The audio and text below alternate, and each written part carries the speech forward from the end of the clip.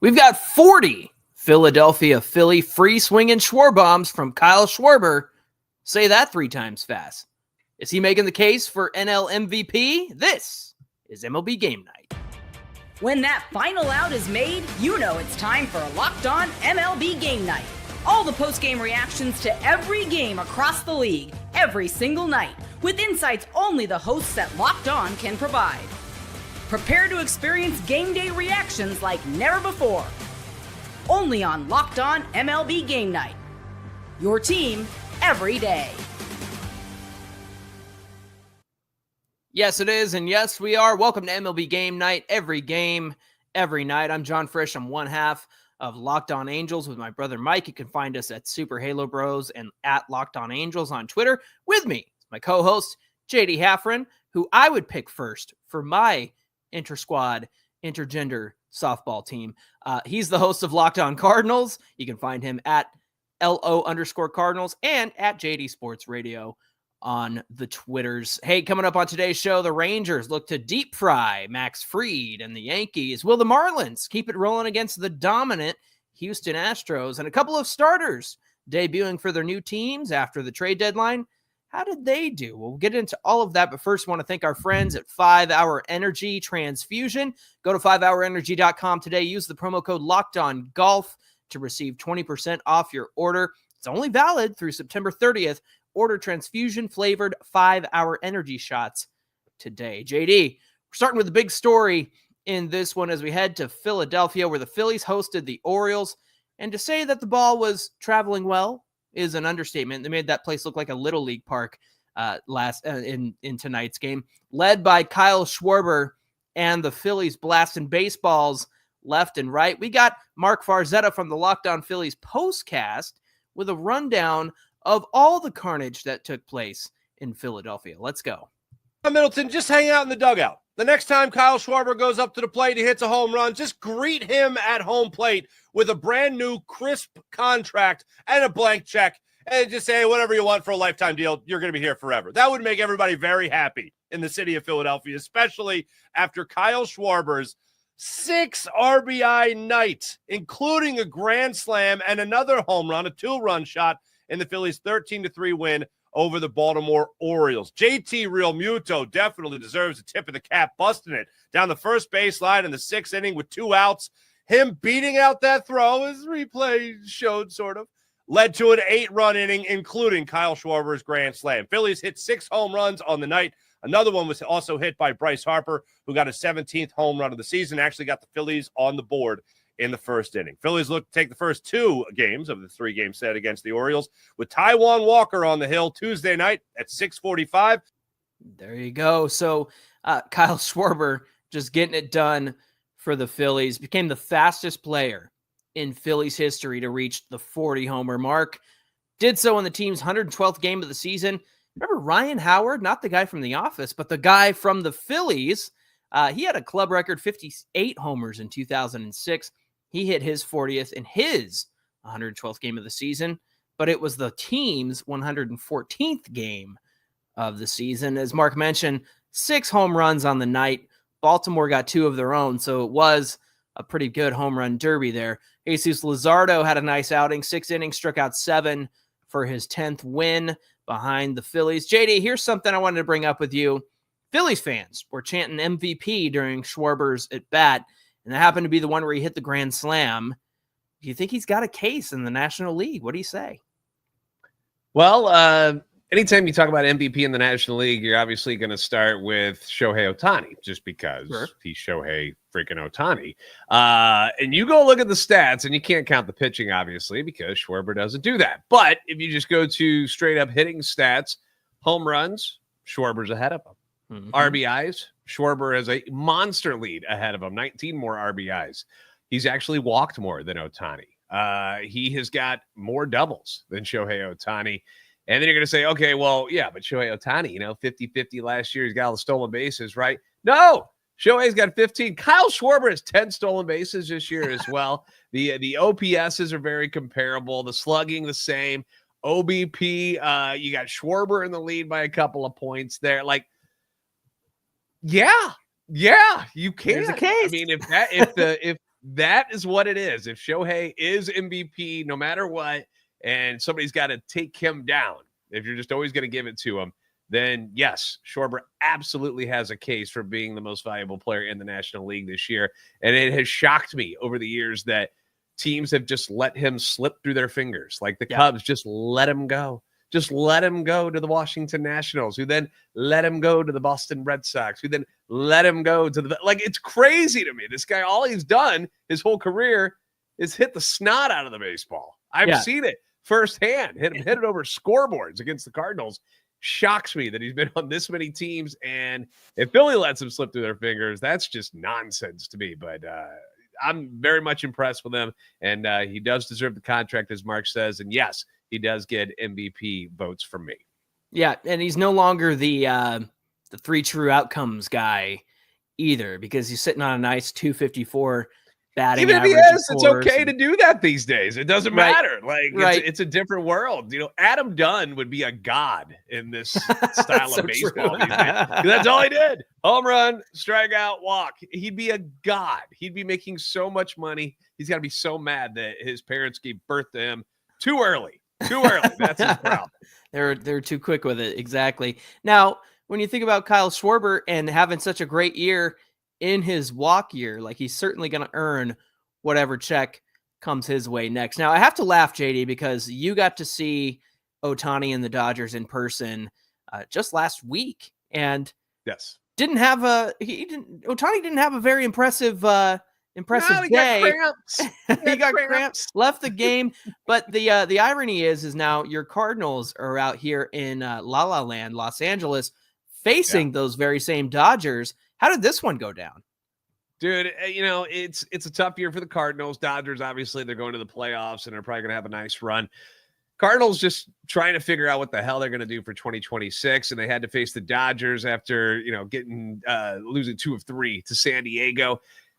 Starters today: Sonny Gray, Tyler Glasnow. On paper, should be Tyler Glasnow all the way. Should run away with this one, but both pitchers had their A games going tonight. Sonny Gray goes 7 innings, allows 1 run on 1 hit, 8 strikeouts. The 1 hit solo home run by Freddie Freeman. Tyler Glasnow, 7 innings, 1 run, 3 hits, 7 Ks.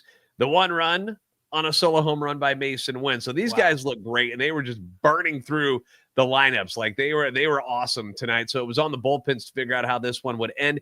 Ivan Herrera, DH extraordinaire, it rips a solo shot in the top of the 8th inning to give the Cardinals a brief 2-1 lead. Dodgers answer right back. They tie it up in the bottom half. But in the 9th inning, it was Joel Pozo, this pinch hitter, backup catcher, who comes up 2 out, pinch hit, RBI single to take a 3-2 lead. The dude is now 6 for 12 this year in pinch hit situations with 7 RBIs. He's incredible. It's bizarre. I don't know how he does it, but he's really good at it. And then Jojo Romero has to come in, and he has to go through the gauntlet of Ohtani, Mookie, Freeman, Will Smith, and Max Muncy to pick up the save. And he does it. They pull it off. He gets an incredible catch from Lars Nootbaar in right field that saves the tying run, which was Ohtani on first. But he's now 2 for 2 since they traded Ryan Helsley to the Mets. Cardinals shock the world and win this one by a score of 3-2. I don't know when they're going to play on the parade, but I will be there for it. Yeah, absolutely. You'll be in the front of that parade for sure. So tell me, Joel Pozo, how many catchers do you guys have on this Cardinals team right now? We've got 12. We've got 12 of them. Like, you can never have enough catchers.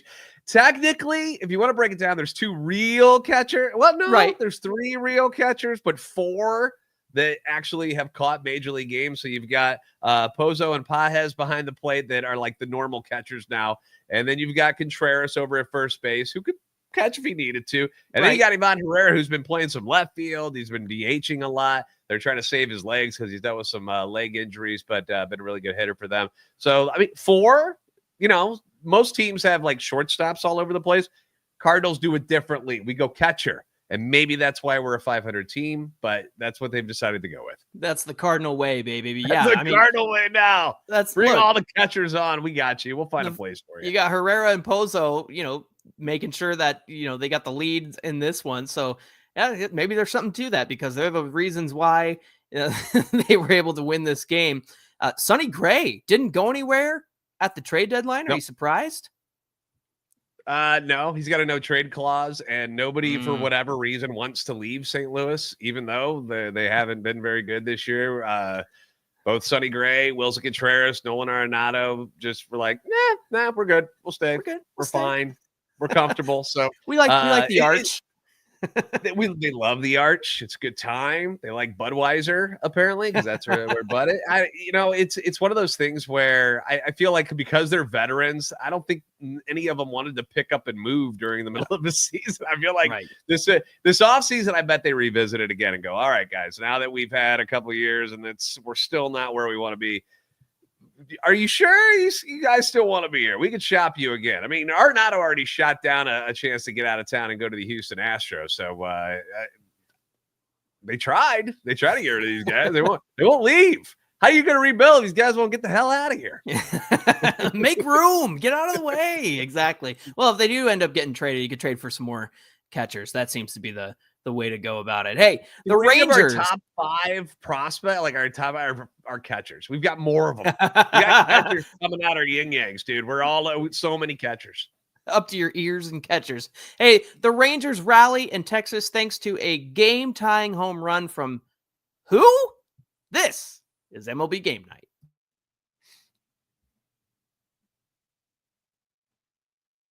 Hey guys, today's show is being brought to you by FanDuel. Summer sports, they're in full swing. We're here in August, so whether you're all about baseball under the lights, maybe it's golf on the green. I've been doing a lot more of that recently. Or high-stakes soccer action. FanDuel is the best way to make every game even more exciting.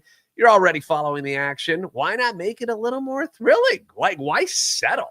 Make it better. Do it with FanDuel. You can get in on the game while your friends are out doing whatever it is they're doing to waste time. And I've been one of those guys that's been using FanDuel for years to track my favorite matchups, and the app keeps it fresh with new daily promotions and fun ways to bet. The worst thing you can do is try to, keep doing something over and over, and it's the same thing. It gets boring, right? FanDuel won't let that happen to you. They'll take care of that.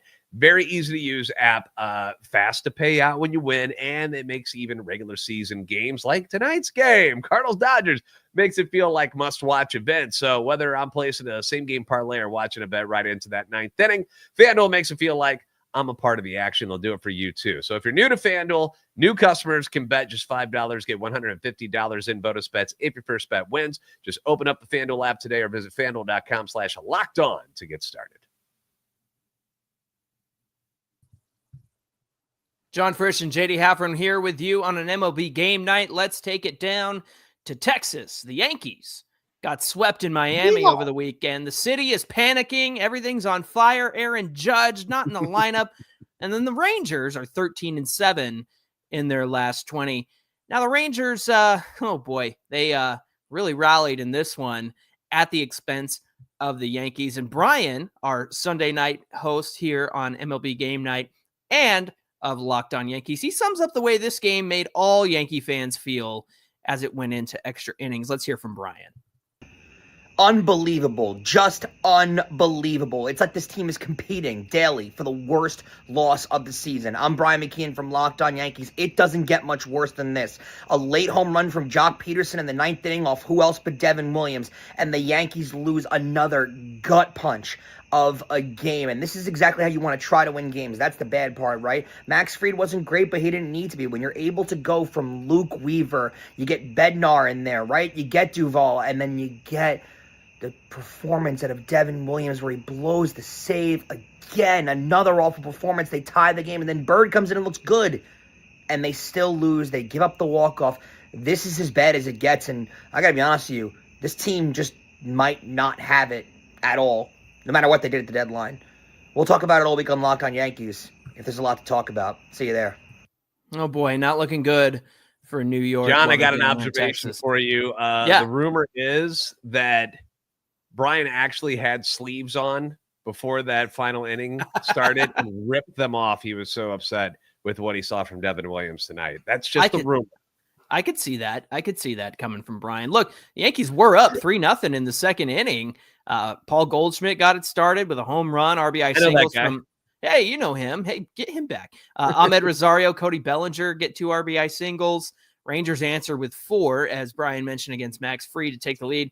Giancarlo Stanton hits his 2-run shot in the 4th, 115 off the bat to dead center, 427 feet. Did you see this home run? Oh, yes, I did. It was like I think it was like a 17 launch angle, just nonsense, just like straight.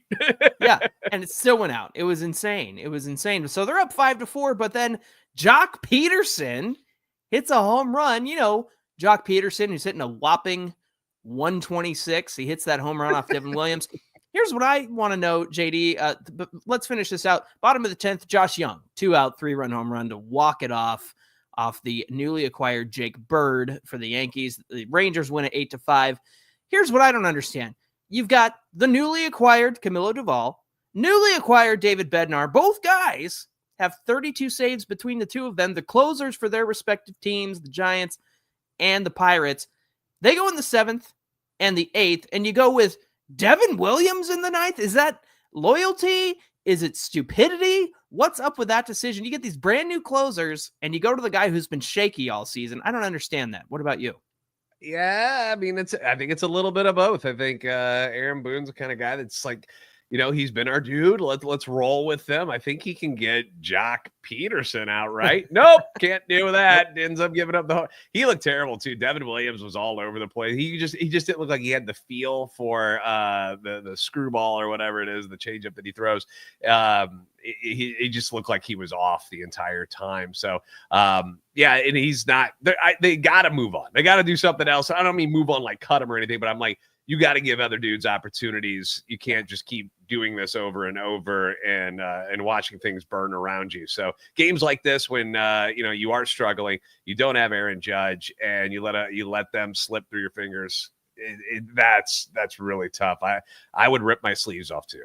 That's very likely what happened in Brian's case. Let's take it to Miami, where those same Yankees were swept over the weekend. This time the Marlins are hosting the Houston Astros. Now, Sandy Alcantara was a big name at the trade deadline. Didn't go anywhere. He's staying in Miami.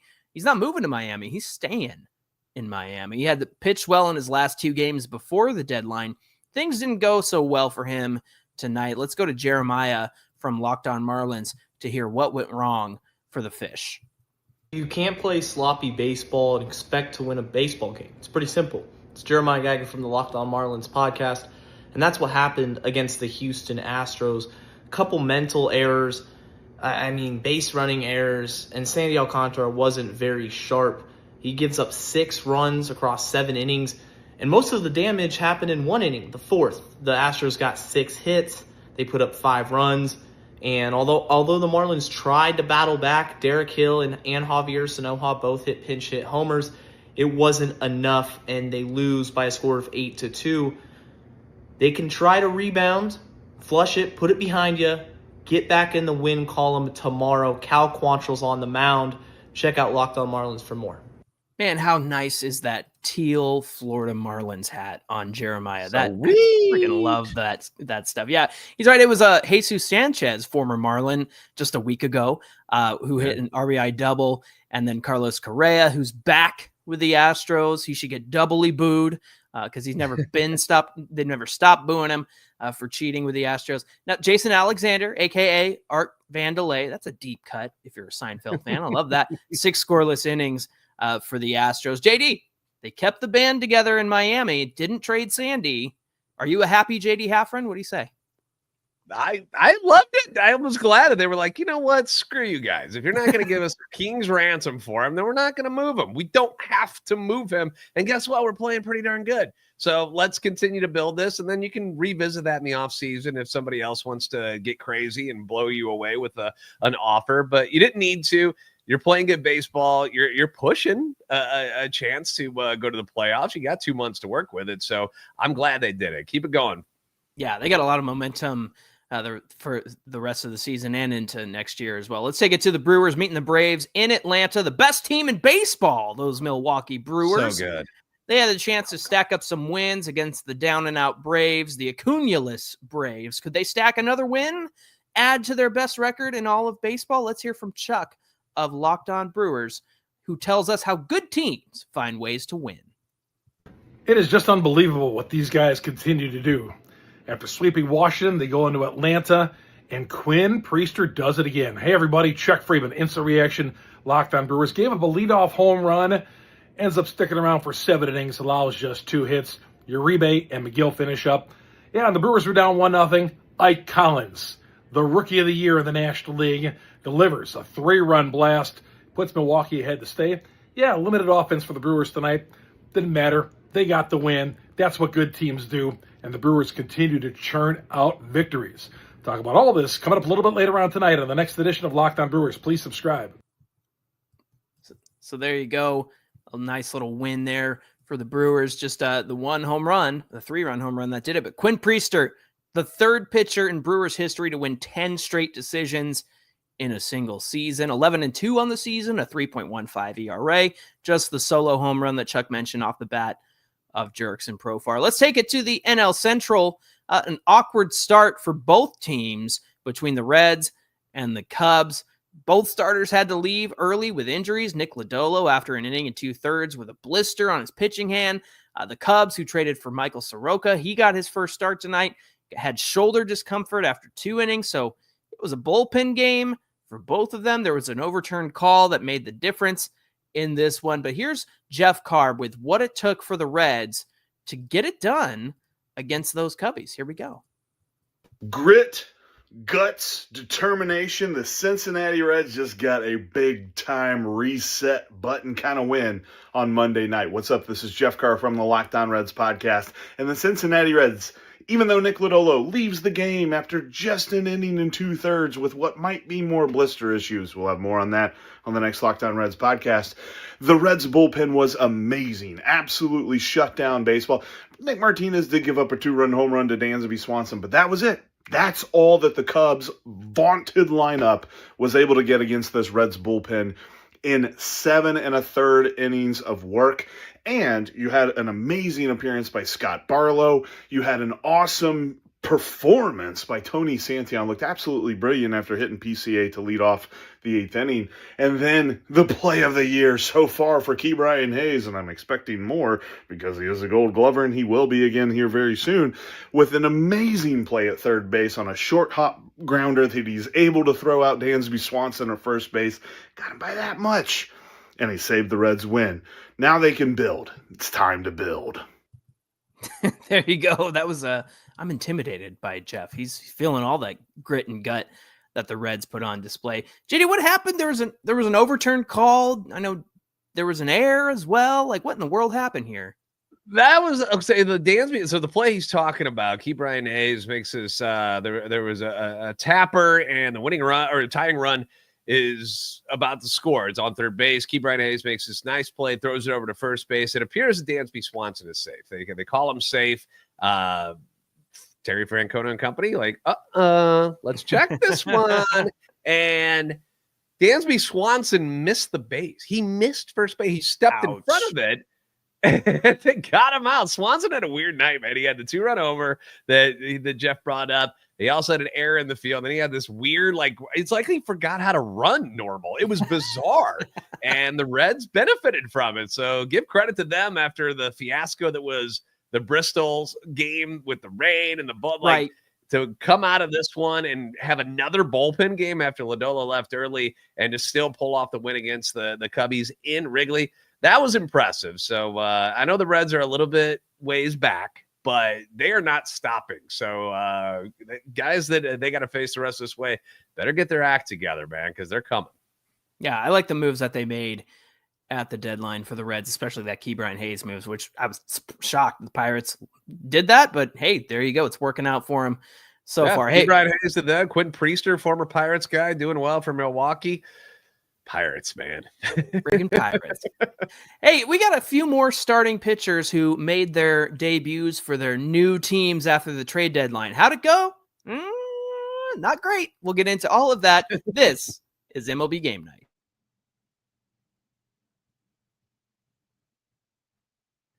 It is time to fuel up and turn it up with 5-Hour Energy Transfusion. It brings the bold grape, ginger, and lime flavor of your favorite golf drink minus the alcohol into a quick, energizing shot. So whether you're sinking birdies or just making memories with your friends out there on the course, this for sure is a hole-in-one for your energy game. I told you earlier, I've been playing a lot more golf recently because the weather's cooled off some.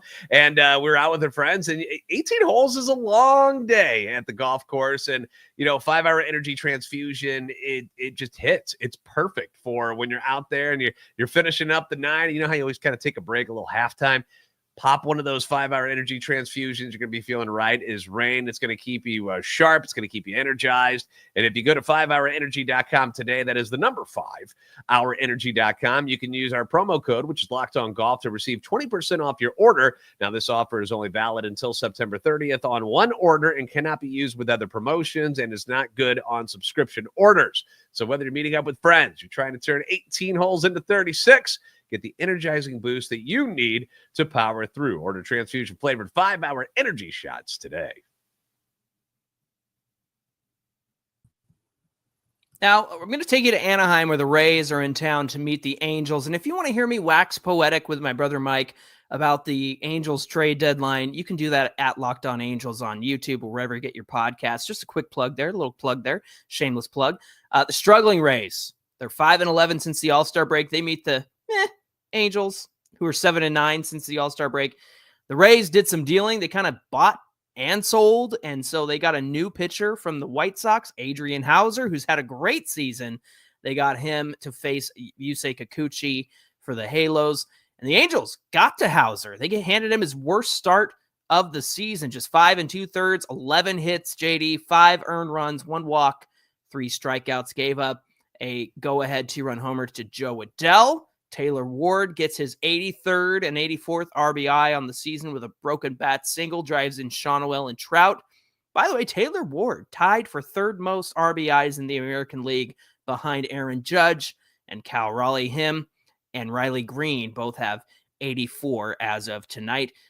Zach Neto adds on 1 more to make it 5-1 Angels. They get to Adrian Hauser and the Rays. Again, Angels, they're trying to go for it with the team that they have, but, we'll see what happens. We'll see what happens over the next 2 months. Let me take you to Guardians meeting the Mets in New York. It was a late game, back and forth affair, highly intense atmosphere in New York as the Guardians and Mets clash. Let's go to Justin of Locked On Guardians, who's speaking to the fact that there's a lot of pressure on Cleveland right now as they try to stay in the playoff hunt. Well, it wasn't a playoff game, but it felt like one. It was one of those games where it was a take your antacids win for the Cleveland Guardians. What's up? It's Justin Latta from Locked On Guardians. And if the Guardians do seriously want to try to make the playoffs this year, they kind of have to treat every game at this point like a playoff game. They played the Rockies and the Twins right up into the deadline, and now they get to face the New York Mets, who were trade deadline winners, brought in this great bullpen. Well, Slade Ciccone went out and pitched his heart out. Really good for the first 5 innings. Dominated that Mets lineup. It's really, really good. And then a wild pitch and an error and then a 3-run homer got them back into it. But they were already at 5-0, so that was good. The offense really, after a tight white-knuckle game for the first 5 innings, in the 6th inning, they broke through and got 5 runs of their own thanks to Gabriel Arias denting a baseball at 440 feet and 113 miles an hour. And then the bullpen came in and blew it. And, those are going to be effects you're going to see, maybe from Class A. Although I think Gaddis might have been there anyway, so not really sure that makes much of a difference. But the Guardians won. They pulled it out in extra innings. Nick Enright got his first career save. Love that story for a guy battling back from cancer who is now a big part of this bullpen right now. Hey, a win is a win, and the Guardians are 2 games above 500, and they're still in this race. So tune in to Locked On Guardians for more as we break it down. There you go, a 7-6 win for the Guardians in 10 innings out in Queens. Back and forth affair about halfway through this game, but it was the Guardians who were able to come out on top. JD, would you take us to Boston as the Royals came into town and into Fenway Park? We got newly minted Royal and former Pittsburgh Pirate Bailey Falter getting the start for KC, while the Red Sox trying to win their 6th in a row. They've been on fire recently after sweeping the Astros over the weekend. And the Sox, they were able to take advantage of Bailey Falter in this one. They tagged him for 8 hits and 7 runs. Boston put up 5 in the bottom of the first, thanks in part to a 3-run home run by Jaron Duran and a 2-run single from Rob Refsnyder. Bregman, Cedar Rafaela, Wilyer Abreu also got in on the scoring. Royals ended up picking up 5 runs in this one, but it wasn't against the Red Sox starter, Brian Bayo. He went 6 scoreless, 5 Ks, pick up his 8th win of the season. Red Sox have now won 22 of their last 27 games at home, the best home record since June 4th. They continue to roll. Yeah, rolling right along, and they made Bailey falter in this one. I had to get that dad pun in there. I'm on fire since having my son 8 months ago. So, hey, let me take you to Arizona. The Padres did their best in sync impression at the trade deadline because all they did was buy. They're in the thick of the wild card race for the top. They also hold the 3rd wild card spot in the National League. I should say they're in the NL West race for the top. They're trying to beat out the Dodgers there. The Diamondbacks, they saw the writing on the wall. They sold. They traded all their best players to the AL West. Thanks a lot, D-backs.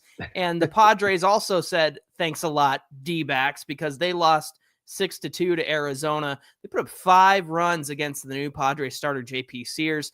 2 RBIs from Corbin Carroll, 2 from Lourdes Gurriel Jr., 1 from Alec Thomas, and 1 from newly acquired first baseman Tyler Locklear from the Mariners, who put up a solo home run. So again, Diamondbacks run away with this one 6-2. Let's take it to the Giants meeting the Pirates in Pittsburgh. It was a 5-4 Pirates walk-off. Here's Gary of Locked On Pirates with how his team got it done behind Johan Oviedo. Sorry, he hasn't been around. Former Cardinal legend, Johan Oviedo. I haven't said his name in a while. Yeah, Johan Oviedo. Here we go. The Pittsburgh Pirates walked it off at PNC Park. 5-4 over the Giants. They came into the bottom of the 9th, down a run, and unbelievably, Jack Sawinski contributes big time to this win tonight. He gets a 2-run homer and scores the winning run in the 9th inning to take this one. I know a lot of people are not Jack Sawinski fans. Hey, this is Gary from Locked On Pirates. That was one aspect of the story. Jack Sawinski, big stuff. We also had Johan Oviedo returning from the IL, and it did not go so well for Mr. Oviedo. Man, he got out of the first, and I'm not sure they should have let him go as deep as he did. Almost over 40 pitches in his first game back from Tommy John. Not sure that that's how you wanted it to go. He limited the damage to 2 runs, but he was all over the place. And that's not even what he's been doing in his rehab start. So maybe some nerves were at play there. It's been a long time coming for him, almost 2 full seasons off of the mound. So good to get your feet wet again. And the Pirates bullpen picked it up, and that might be a hidden storyline we'll talk about tomorrow. They might have to make a roster move. They have exhausted this bullpen. More on this tomorrow. Locked On Pirates. See you there. Yeah, they exhausted their bullpen, and they traded a bunch of their bullpen, too. Hey, how about Joey Bart tying it up in the 9th against the Giants? They took him, the Giants. Joey Bart revenge game is what you're telling me? It's a revenge game because they took him 2nd overall in 2018, and he's the one who tied it up. Listen, he's 6 for 16 against the Giants in his career now. So, a little Joey Bart revenge right there. JD, take us to the Rocky Mountains, my friend. Let's go, John Denver. Oh, boy. A lot of offense in this one, but only for one team. MLB record for hits in a game by one team is 33, set in 1932. I bring that up because the Blue Jays had us thinking about that record tonight when they pounded up 25 hits against the Rockies. Wow. 15 runs scored in this absolute drubbing by the Blue Jays, highlighted by a 7-run 3rd inning and a 5-run 7th inning. Bo Bichette, the star in this one. He hits 2 home runs on the night and goes a combined 877 feet with those 2 home runs. He drives in 6 RBIs. Blue Jays kick the hell out of the Rockies, 15-1. Oof. And finally, let's take it to Detroit, where the Tigers, they might not have the best record in baseball now, but they had it most of the season. Still one of the best teams in baseball. They improved their pitching staff at the deadline. That certainly came into play against the Minnesota Twins. They got a quality start from Casey Mize, 6 innings pitched, 3 earned runs on 3 solo homers. But Kyle Finnegan picks up his 2nd save as a Tiger since coming over from the Nationals. Tigers got some fireworks from Wenceel Perez with a 2-run shot. Kerry Carpenter with a 2-run shot of his own. How about a Dylan Dingler dinger, JD, to add on to the offense? Tigers moved to 66 and 48 on the season. They got an 8-game cushion in the AL Central. Thanks for joining us for this episode of Locked On MLB Game Night. Don't forget to like, share, and subscribe. Pick us up wherever you listen to podcasts as well. We hope you'll come back and join JD and I tomorrow night for more MLB Game Night, where it's every game, every night.